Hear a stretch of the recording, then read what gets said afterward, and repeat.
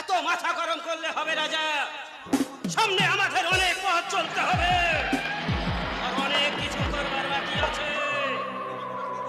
ওই রিপোর্টারকে দিয়ে আমাদের অনেক কাজ হাসিল করতে হবে, আর প্রয়োজন হলে ওর মাথায় জল ঢেলে শান্ত করতে হবে।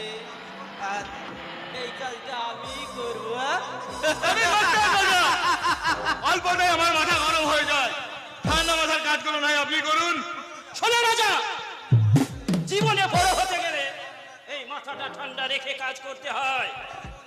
ওই রিপোর্টার কোনোদিন যদি আমাদের প্রমাণ পেয়ে যায়, তাহলে আমাদের জেলের খানি টানতে হবে। তাই ওই রিপোর্টারের সাথে ভালো ব্যবহার করতে হবে, কখনোই ওনাকে চটানো যাবে না। আর তুমি তো ভালো করে জানো রাজা, আমার এই টেকনিকটা না একটু হলেও আলাদা।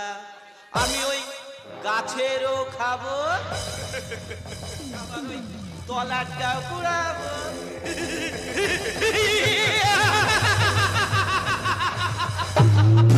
আমার নাম বলাই সরকার।